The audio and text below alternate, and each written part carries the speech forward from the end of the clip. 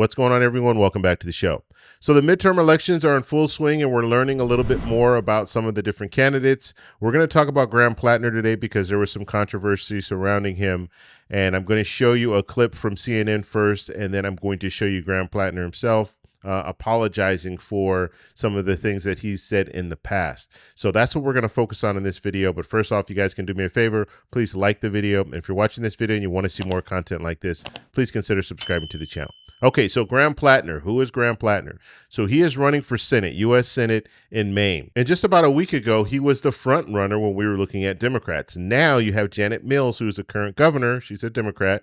She has announced that she will be running for Senate. And so now she is the front runner. However, Graham Platner has picked up a lot of steam in the past, and he has a lot of support. He was actually able to outraise Senator Collins in the past few months. So he's doing really well. However, will his past comments derail his Senate hopes? And so this is something that we're going to have to watch. Now, you have to understand Janet Mills and Platner, they will be running in the primary for the Democrats. Right now, Mills has the name recognition. Also, she's the governor, so she has a record to run on. She's a two-term governor, so she does have an advantage. Now, whether it be Platner or Mills, one thing is for certain. Susan Collins has a rough road ahead of her. Now, let me show you the current Senate map. So we have toss-ups here. We have 4 toss-ups. We have Georgia, North Carolina, Maine, and Michigan.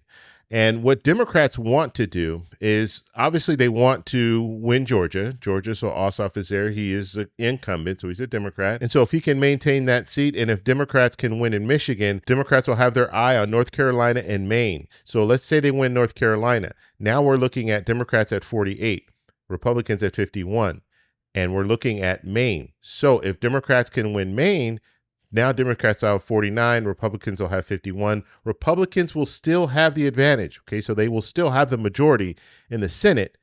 However, Democrats will be able to gain 2 seats. And so that's why Maine is a state that everyone is watching, because they know there's a lot on the line here. If Susan Collins does lose and you have a Democrat that takes that seat, now Democrats have a better advantage. And maybe not for 2026. They might not be able to take back the Senate in 2026, but it gives them a huge advantage in 2028. And so that's another reason why Democrats want to win as many seats as they can, even if they can't take back that majority in 2026. Okay, so let me show you this clip from CNN and then we'll come back. Here we go.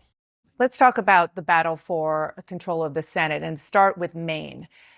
An oyster farmer, Graham Platner, has captured a lot of early enthusiasm. He got an endorsement from people like Senator Bernie Sanders. CNN found deleted social media postings from about 5 years ago where Platner called himself a communist, said rural white Americans, quote, actually are racist and stupid. Platner is also apologizing for posts in 2013 minimizing sexual assault. Now, he does say at that time he was suffering from untreated PTSD from his combat deployments in Iraq and Afghanistan. As the party chair, do you think that those comments are disqualifying? I don't think they're disqualifying, but certainly they're not right. And I'm glad that he apologized for them. They're indefensible, they're hurtful, and they're offensive. The question, though, is I believe in second chances. I believe a lot of people say things at their most vulnerable times.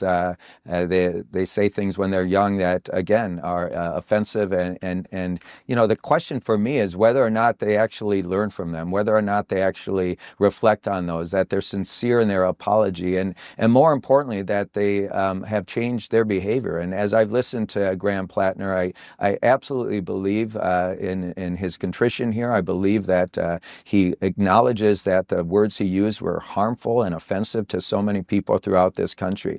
You know, again, people deserve second chances. People deserve to evolve. People deserve to, you know, a chance to change their character. And what I've seen from Graham Platner certainly suggests that that's what has happened here. Okay, so that's the situation with Graham Platner. Now, I said, this is about a week ago I said this. When it comes to candidates, new candidates, people who have never held office before, they haven't been vetted. And it's very important that you be vetted, because then people will know all of your baggage. And so now that this is coming out, is this going to impact Platner? Now, I'm going to show you his apology, and we'll end with his apology. And so in the comments, I want to know what you think. So after you watch this video, do you think Platner will be able to move past this? Let me know in the comments below. Hey all, it's Graham here. As you've probably seen, there's a story that's broken about comments I made on Reddit in an earlier part of my life. As I read through them, I read things that I absolutely do not agree with. I read through and I see things that words and statements that I abhor.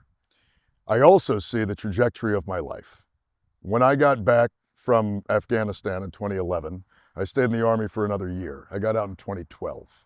Some of the worst comments I made, the things that I think are least defensible, that I wouldn't even try to defend, come from that time.